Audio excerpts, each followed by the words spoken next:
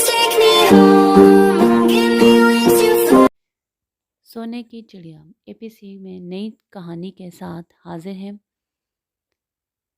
Iran कदीम शहर जो खरासान के सूबे का सदर मकाम था, वहाँ एक सौदागर था जो ख़ुद को नहायत अक्लमंद समझता था।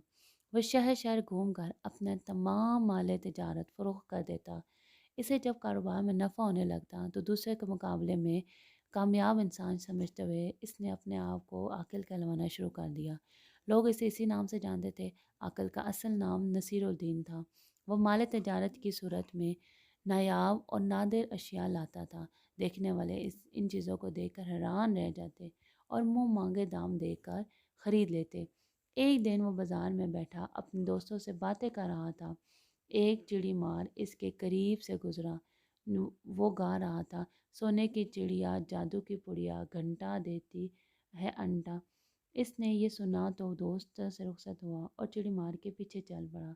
चिड़ी मार इसके पास सब पिंजरे खाली थे। एक पिंजरा जो है उसमें खाके रंग की चिड़िया अपने पर फड़फड़ा रही थी। सौदागर चलते चलते सोचने लगा कि सोने की चिड़िया मुझे ख़रीद लेनी चाहिए।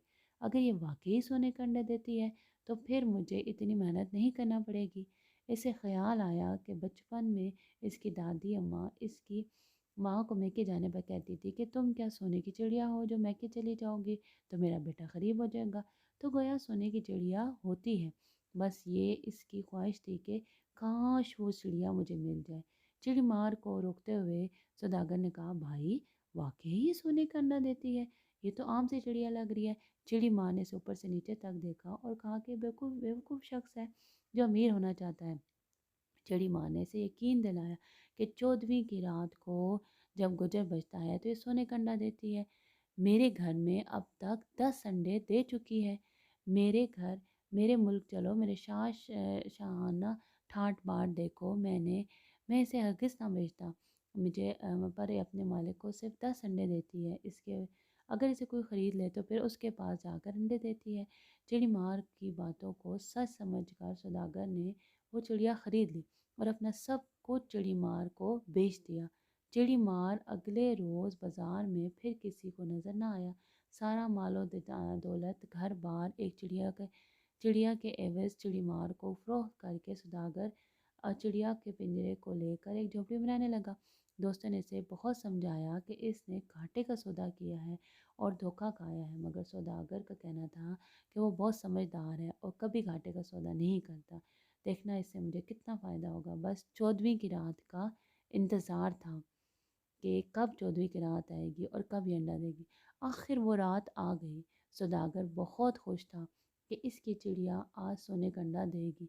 पूरी रात जागता रहा। चिड़िया पिंजरे में कभी सोती और कभी फड़फड़ाती रही। आखिर सुबह होने लगी, गुजर बचा और सौदागर सो गया। जब इसकी आँख खोली तो वो पिंजरे के पास आया। पिंजरे में अंडा नहीं था। वो सर पकड़ कर बैठ गया, बहुत पछताया और इसने सबक सीखा कि गैर ज़रूरी खुद एतमादी, गुरूर, तकब्बुर कभी कभार इंसान को पछताने पर मजबूर कर देता है।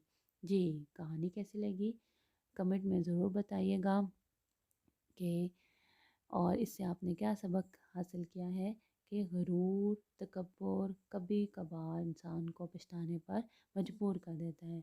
लालच बड़े से बड़े आकिल इंसान को अंधा कर देती है। इसलिए कहते हैं ना, लालच बुरी बला है। अच्छा जी, अल्लाह हाफिज़।